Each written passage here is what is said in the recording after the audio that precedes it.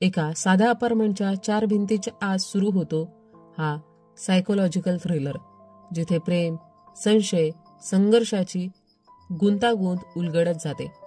अनुज आणि दीप्ती या जोडप्याच्या नात्यातील तणाव हळूहळू एका धक्कादायक वळणावर येतो, जिथे प्रेम आणि द्वेष यामधली सीमारेषा पुसट होत जाते. शांत वाटणाऱ्या त्या फ्लॅटमध्ये काहीतरी विचित्र घडतंय. कुणीतरी चुकीचं आहे, पण ते कोण आहे? प्रेमाच्या नावाखाली सुरू झालेला हा खेळ शेवटी कोणत्या थराला पोहोचेल, हे रहस्य उलगडायला तयार आहात का?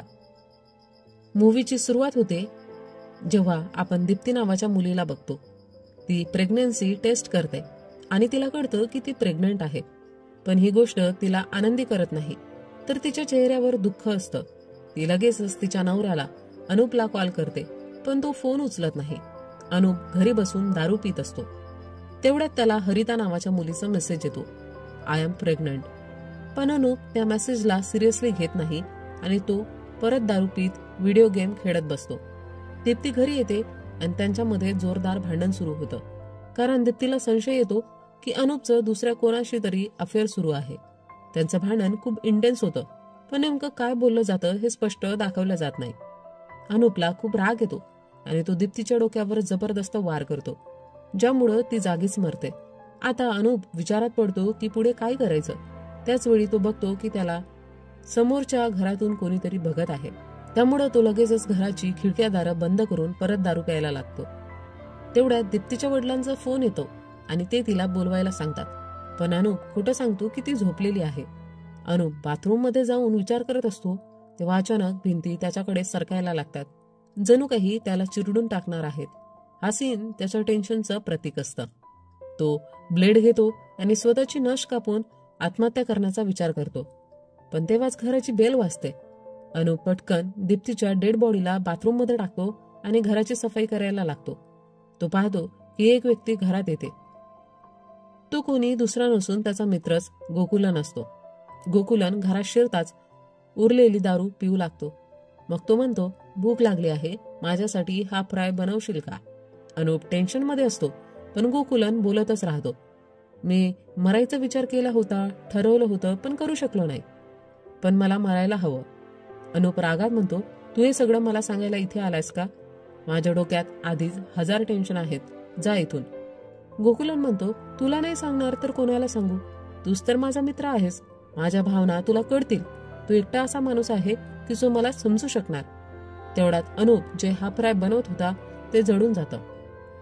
गोकुलन म्हणतो, मला नाही वाटत स्वतःचा जीव घेणं हा काही गुन्हा आहे. काही लोक आपल्याला तेव्हा समजतात जेव्हा आपण हा निर्णय घेतो. शेल्वी, तुला माहिती आहे का, माझ्यासोबत येण्याआधी तो मार्केटमध्ये कपडे विकायचा आणि आज महागड्या गाड्यातून फिरतोय.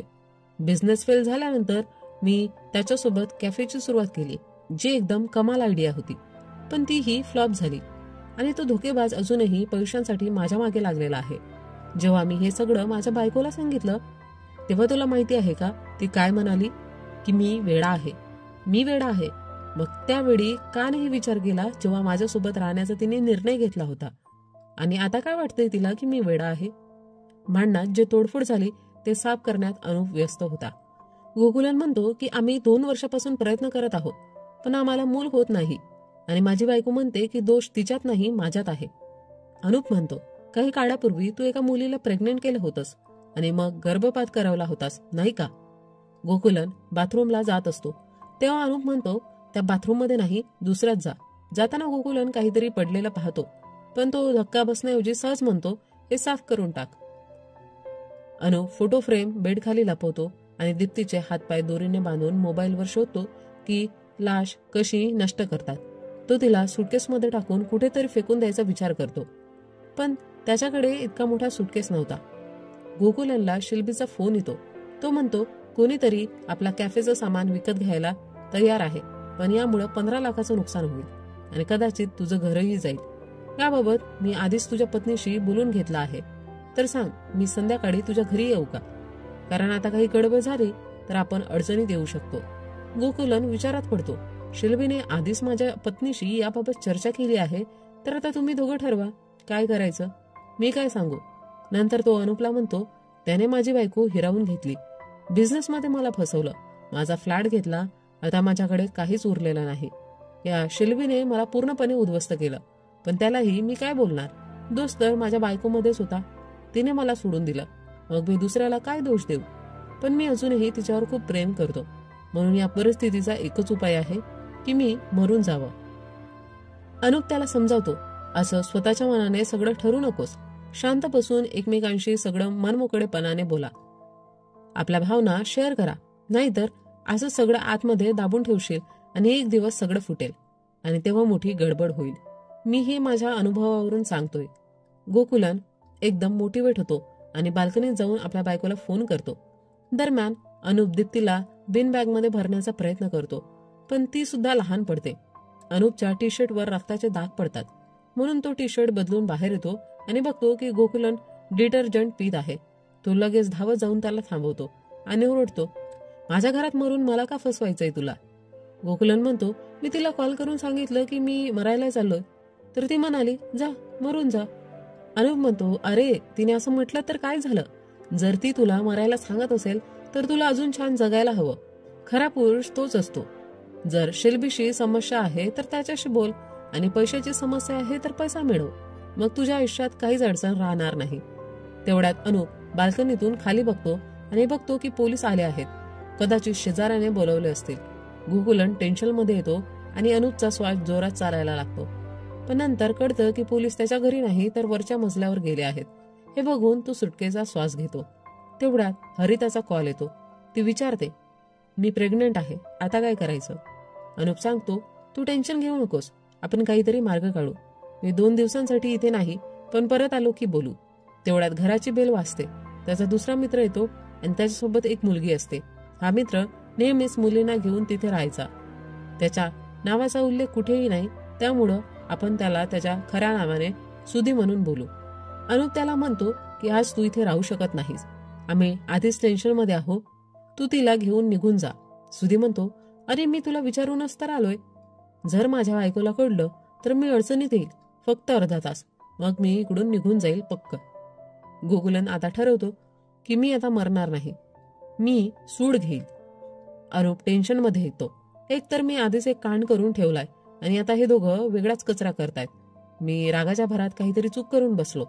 तेवढ्यात कळतं की सुधीची मुलगी घेऊन आला होता ती आधीच लग्न झालेली होती. सुधी पण लग्न झालेला होता आणि त्याला एक मुलंही होतं. पण तरीही तो आणि ती मुलगी एकमेकांच्या प्रेमात होते. दोघं प्लॅन करत होते की ते डिवोर्स घेऊन कायमच एकत्र राहतील. गोकुलन रागाने शिल्बीला कॉल करतो आणि म्हणतो, तू माझं सगळं काही हिरवून नेलं आणि तुला माझी बायको सुद्धा हवी आहे ना? मग ये माझ्या समोर उभा राहा आणि एकदा पुरुषासारखं मला समोरे जा. दरम्यान अनुप दीप्तीचे हातपाय मोकळे करून टाकतो आणि आता आपल्या केलेल्या चुकीची जाणीव त्याला होऊ लागते. सुधी आणि ती मुलगी अजूनही आपसात गप्पा मारत असतात. त्याचवेळी अखिल नावाचा एक मुलगा त्या मुलीला एका मुलीचा फोटो पाठवतो. सुधी तो फोटो पाहून चिडतो आणि विचारतो, त्यांनी तुला फोटो का पाठवला? ती मुलगी उत्तर देते, कदाचित त्याचा लग्नाचा प्लॅन आहे आणि माझं ओपिनियन त्याला बघायचं असेल. सुधी अजूनच भडकतो आणि म्हणतो, मी असताना तुला दुसऱ्या मित्राची काय गरज? दुसऱ्या कोणाशी बोलण्याची काय गरज आहे? तेवढ्यात सुधीच्या बायकोचा फोन येतो, पण तो फोन उचलत नाही. काही वेळाने त्याच्या मित्राचा फोन येतो आणि तो सांगतो, तू तुझ्या बायकोला सांगितलं की तू माझ्या नावाने बाहेर गेला आहेस? तिचा फोन मला आला होता. ती विचारत होती की तू कुठे आहेस आणि कोणासोबत आहेस. तो मित्र सांगतो की त्याने काहीतरी कारण सांगून बायकोची समजूत काढली आहे. पण त्याचवेळी सुधीच्या बायकोचा पुन्हा फोन येतो आणि ती थेट म्हणते, तू ज्या मुलीसोबत आहेस मला तिच्याशी बोलायचं आहे. सुधी उत्तर देतो की मी मीटिंग मध्ये आहे. त्यावर त्याची बायको म्हणते, तू कोणत्या मीटिंग मध्ये नाहीस. ज्या मुलीसोबत तू आहेस मी आता तिच्याच नवऱ्यासोबत आहे. लगेचच फोन दे तिच्या हातात. यानंतर सुधी आणि त्याच्या बायकोमध्ये जोरदार भांडण होतं. ते बघून ती मुलगी समजून घेते की सुधी फक्त तिचा वापर करत होता. त्यामुळे ती नाराज होऊन निघून जाते. अनुप त्याला आणि त्याच्या मित्राला घरातून निघून जाण्यास सांगतो. पण सुधी म्हणतो, माझ्या बायकोला आता सगळं कळून गेलंय, मला थोडा वेळ दे, मी हे सगळं नीट करतो आणि मग निघून जातो. गोकुलन म्हणतो, तुझा मित्र अडचणीत आहे आणि तू त्याला हकलतो आहेस, हे बरोबर नाही. अनुप म्हणतो, याने स्वतःसाठी अडचण निर्माण केली आहे. हा आधीपासून लग्न झालेला आहे, तरीही बाहेर अफर ठेवतोय. सुधीर उत्तर देतो, तुला माहिती आहे ना मी कोणत्या परिस्थितीत लग्न केलं होतं आणि त्यानंतर माझ्यावर काय संकट आली. अचानक ही मुलगी माझ्या आयुष्यात आली. आणि मला खरंच तिच्यावर प्रेम झालं. तुला वाटेल की हे फक्त एक अफेअर आहे, पण मी मनापासून सांगतो, मला ती खरोखर आवडते. मी तिला सोडू शकत नाही. मला माझ्या बायकोशी बोलायचं आहे, तिला समजवायचं आहे आणि हे सगळं ठीक करायचं आहे. मला थोडा वेळ दे, मी वाचू शकतो. अनुप म्हणतो, तू तर वाचशील, पण या सगळ्यात मी का अडकून राहू? तुझ्या बायकोने सुद्धा किती काही सहन केलं आहे. तिने तुला किती वेळा माफ केला आहे. काय तू थोडं तरी ऍडजस्ट करू शकत नाहीस?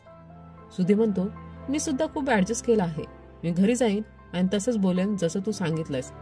पण ती खूप प्रश्न विचारेल, ज्याचे उत्तर माझ्याकडे नाहीत. भांडण सुरू होईल आणि काही कळायच्या आत ते मोठ्या भांडणात बदलेल. मला भीती वाटते की रागाच्या भरात मी तिला मारून टाकेन. म्हणूनच मला थोडा वेळ विचार करायला हवा. गोकुलन म्हणतो, हे तर छान आयडिया आहे. जर तुला तिला मारायचं असेल तर मारून टाक.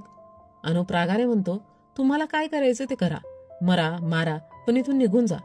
इथे काहीही करू नका. अनुप बॅग घेऊन निघत असतो. तेवढ्यात त्याचे सासरे तिथे पोहोचतात. अनुप म्हणतो, दीप्ती घरी नाही. सासरे म्हणतात, मला माहिती आहे की ती घरी नाही, म्हणूनच मी तुझ्याशी बोलायला आलो आहे. तिचा फोन आला होता. ती खूप अस्वस्थ वाटत होती. तुमच्यात काही प्रॉब्लेम आहे का? नवरा बायकोत भांडणं होतात, पण ती घराबाहेर येऊ नयेत. अनुप म्हणतो, भांडणं तर होतातच, पण मी तिचा नवरा आहे. मला काय करायचं ते करण्याचा पूर्ण हक्क आहे. तुम्हाला त्याचं काय? हे ऐकून सासरे संतापाने त्याला एक जोरदार थप्पड मारतात आणि म्हणतात, जर तुला वाटत असेल की तुझं वागणं चुकीचं नाही, तर हे करणंही चुकीचं नाही. मला तू कधीच आवडला नव्हतास, पण माझ्या मुलीच्या हट्टापायी तुझ्यासोबत तिचं लग्न करून दिलं. याचा अर्थ असा नाही की तू तिचं आयुष्य उद्ध्वस्त करावंस. जर ती तुला नकोशी झाली असेल तर तिला सोडून दे. मी तिच्यासाठी कोणीतरी दुसरा शोधेन, पण निदान ती तरी आनंदी राहील. गोकुलन आणि सुधी बाल्कनीत उभे राहून हे सगळं पाहत असतात, पण ते मध्ये पडत नाही, कारण त्यांना वाटतं की हा अनुपचा वैयक्तिक प्रश्न आहे. सासरे निघून गेल्यावर दोघं अनुपला विचारतात, दीप्ती कुठे आहे? अनुप त्यांना सगळं सांगतो, कसं काय घडलं आणि काय चुकलं. दीप्तीचा मृतदेह पाहून सुधी घाबरतो आणि तिथून निघून जाण्याचा काहीतरी बहाणा शोधू लागतो. पण गोकुलन त्याला थांबवत म्हणतो, आपला मित्र अडचणीत आहे, आपण त्याला असं एकटं सोडून जाऊ शकतो का? अनुपने जे केलं ते गोकुलन योग्य ठरवण्याचा प्रयत्न करत म्हणतो, असं चुकून झालं असणार किंवा तिच्याच तोंडून काही उलटसुलट बोललं गेलं असेल, ज्यामुळं अनुपला राग आला असेल. जगात प्रत्येक नवऱ्याच्या डोक्यात एकदा तरी बायकोला मारून टाकण्याचा विचार येतो. तुला येतो, मला येतो, आणि याने तर प्रत्यक्षात मारून टाकलं. आता आपल्याला त्याला वाचवलं पाहिजे. अनुप म्हणतो, तुम्ही माझ्या नादी लागू नका, निघून जा इथून. गोकुलन म्हणतो, त्याला जायचं असेल तर जाऊ दे, मी जाणार नाही. शेल्वी येतोय ना, येऊ दे त्याला. त्यालाच आपण दीप्तीच्या खुनाच्या आरोपात अडकवू. गोकुलनला जुन्या आठवणींचा भडका येतो आणि तो रडू लागतो. तेवढ्यात घराची बेल वाजते. गोकुलन बोलतो, अनुप जा, दरवाजा उघड, त्याला आत घेऊन ये.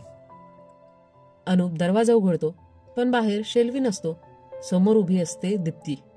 अनुप आश्चर्यचकित होतो, हे कसं शक्य आहे? तो पाहतो की ज्या फोटो फ्रेमवर दीप्तीचं डोकं आपटलं होतं ती पूर्णपणे व्यवस्थित आहे. काहीच तुटलेलं फुटलेलं नाही. सगळं एकदम सुरळीत झालं आहे. दीप्ती अनुपला प्रेग्नन्सी रिपोर्ट देते आणि त्याला शुभेच्छा देते, पण तिच्या चेहऱ्यावर आनंदाचा लवलेशही नसतो. अनुपला असं वाटतं की जणू त्याला सर्व काही पुन्हा दुरुस्त करण्याची दुसरी संधी मिळाली आहे. तो आनंदाने हसत हसत बोलत असतो, पण दीप्ती मात्र नाराज स्वरात विचारते, पप्पा आले होते ना? काय म्हणाले ते? अनुपला काहीच आठवत नव्हतं. ते कधी आले? तो बोलतो, आपल्या पर्सनल गोष्टी त्यांना सांगून माझी बेइज्जती का केलीस? दीप्ती म्हणते, माझं म्हणणं ऐकायला तुझ्याकडे वेळच नसतो, म्हणून मग पप्पांना सांगावं लागलं. अनुप म्हणतो, तू एवढी चिडून का बोलतेस? ही आनंद साजरा करायची वेळ आहे, सेलिब्रेट करूया ना.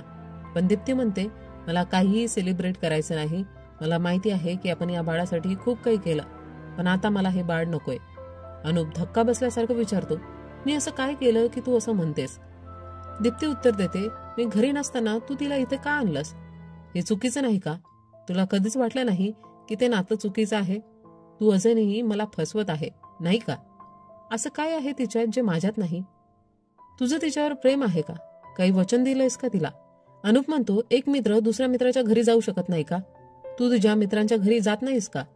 तसंच ती एक मित्र म्हणून इथे आली, चहा प्यायली आणि निघून गेली, आणि आता तर मी तिच्याशी बोलतही नाही. दीप्ती म्हणते, बरं ठीक आहे, मग मला तुझा फोन दे. अनुप टाळाटाळ करू लागतो. दीप्ती हटून बसते, तर अनुप चिडून फोन जोरात टाकतो आणि म्हणतो, हे घे माझा फोन. दीप्ती उपहासाने हसते आणि म्हणते, वाह, खूप भारी अभिनय केलायस. अनुप उत्तर देतो, मी काहीही केलं तरी तुला ते नाटकच वाटतं. तुझे पापा तुझ्यासाठी मुलगा शोधत आहे आणि मला माहिती आहे की तो कोण आहे. जेव्हा शिल्बी माझा पार्टनर बनला तेव्हा तू त्याला भेटली आहेस ना. मला सगळं माहिती आहे, अनुप म्हणतो. दीप्ती उत्तर देते, तू मला त्रास द्यायला किंवा भांडण जिंकण्यासाठी हे सगळं बोलतोयस. लक्षात ठेव, मला शेकडो गोष्टी आधीच समजलेल्या असतात. तुला काहीही माहिती नाही म्हणून उगाच बोलू नकोस. आजपर्यंत किती मूर्खपणा केलास तू. बिझनेसच्या नावाखाली सगळे पैसे उधळलेस. मी किती वेळा सांगितलं होतं की कॅफेचा बिझनेस योग्य नाही, पण तू काही ऐकलं नाहीस. आता तर फ्लॅट विकायची वेळ आली आहे. अनुप म्हणतो, आता मला सगळं कळलंय. तू मुद्दाम त्या मुलीच्या नावावरून भांडण करतेस जेणेकरून मीच तुला सोडून जाईल. ठीक आहे, मी सोडतो तुला. कुठे साईन करायचं ते सांग, मी सही करतो. तुला कुठे जायचं तिकडे निघून जा. दीप्ती म्हणते, माझं तुला सोडण्याचं कारण ती मुलगी नाही, पण मला एकच गोष्ट समजून घ्यायची आहे. ही बघ, हरिताला पाठवलेला तुझा मेसेज, हा त्याचा स्क्रीनशॉट आहे. माझ्याकडे कॉल रेकॉर्डिंग्स पण आहेत. पण मला एवढंच सांग, तो शेवटचा मेसेज तू डिलीट का केला? त्या मेसेजमध्ये असं काय होतं? तू त्या मुलीसोबत असं काय करत होतास की तिने आपला नवरा आणि मुलं सोडून इथं यावं? माझ्यासमोर दुःखी नवरा आणि तिच्यासमोर प्रियकर. मी या नाटकाचा भाग नाही बनू इच्छित. म्हणून मला स्पष्ट सांग, तुझा निर्णय काय आहे? अनु बॅग उचलून निघून जाण्यासाठी वळतो तेव्हा दीप्ती त्याचा रस्ता अडवते आणि म्हणते, निघायचं असेल तर ठीक आहे, पण आधी स्पष्ट सांग की तुला कोण हवी आहे. दीप्ती त्याला सोडत नसते म्हणून अनुप संतापून तिच्यावर हात उचलायला जातो. पण तेवढ्यात त्याला सुधी दिसतो, जो त्याला इशारा करतो, असं करू नकोस. दीप्ती जोरात ओरडते, हो हो, मार, मला मारून टाक. मनात आहे ना, संपव सगळं. ती बोलतच राहते. अनुप संतापून तिच्यावर हल्ला करतो. त्याला एक दुसरी संधी मिळाली होती, पण पुन्हा तेच झालं जे आधी झालं होतं. आता आपण पाहतो की अनुप कार चालवत कुठेतरी निघाला आहे. तेवढ्यात पोलीस त्याला अडवतात. पण ड्रायव्हिंग सीटवर अनुप नसतो, दीप्ती असते, जी गंभीर जखमी अवस्थेत असते. ती म्हणते, मी माझ्या नवऱ्याला मारून टाकलंय. अनुपची लाश डिक्कीत आहे. आणि याच नाट्यमय क्षणासोबत हा चित्रपट इथे संपतो. या चित्रपटाचा शेवट प्रेक्षकांना हादरवणारा आहे.